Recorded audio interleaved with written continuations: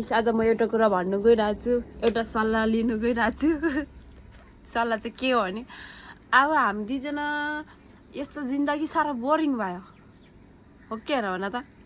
यहाँ दोकान घर दोकान घर दोकान घर अब घुम्नु जाउँ भन्दा दुईजना जानु मिल्दैन किनभने यहाँ दोकान हेर्नु पर्यो।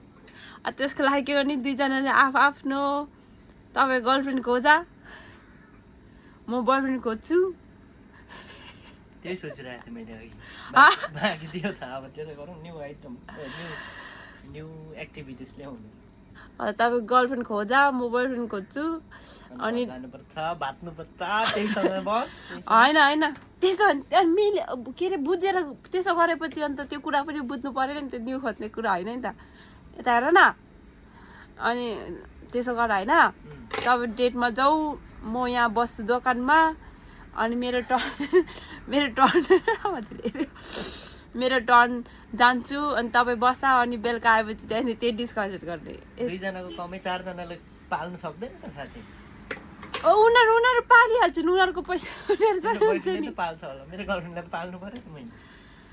तपाईँकोबाट पैसा खर्च गर्ने होइन नि त अनि त्यसै घुम्नु मात्रै जाने उताबाट बरु उताबाट खाने। त्यही सुगर मम्मी बनाऊ भनेको त्यसो गरौँ होइन। अनि दोकान घर दुईजना जाउँ भन्दा दोकान हेर्नु पर्यो। हामी दुईजना जाने त उपाय छैन बरु यसो जानु तपाईँको टर्न जानु अनि तपाईँ आइसकेपछि मेरो टर्न जान्छु। जिन्दगीमा बिजोग छ। के भन्छ तपाईँ के छ तपाईँको प्लान? ठिक छ मेरो प्लान? तपाईँको विचार के छ? प्लान होइन विचार के छ? मेरो त विचार त अघि नै त्यस्तो थियो भन्नुभन्दा अगाडि मभन्दा अगाडि उसले सोचिसकेको छ हेर।